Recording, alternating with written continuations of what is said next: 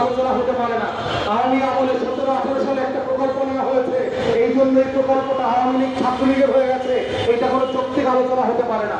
আমরা যেটা বারবার বলেছি, তাহলে আওয়ামী লীগের রাতের নির্বাচন করে দিয়েছে যে সকল আমরা ডিসিএসপি সচিবরা, তারা কিভাবে কাজে থাকে, ওদেরকে কেন চাকরিচ্যুত করা হয় নাই?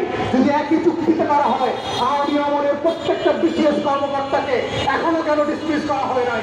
আওয়ামী আমলে যারা একতরফা নির্বাচন করেছে, 24-এর দামি নির্বাচন করে দিয়েছে, ওদেরকে কেন চাকরিচ্যুত করা হয় নাই? ওই ফার্স্ট আমলারা যারা 16 বছর দিল্লির কাছে বেঁচে নিয়েছে, ওদেরকে কেন চাকরিচ্যুত করা হয় নাই?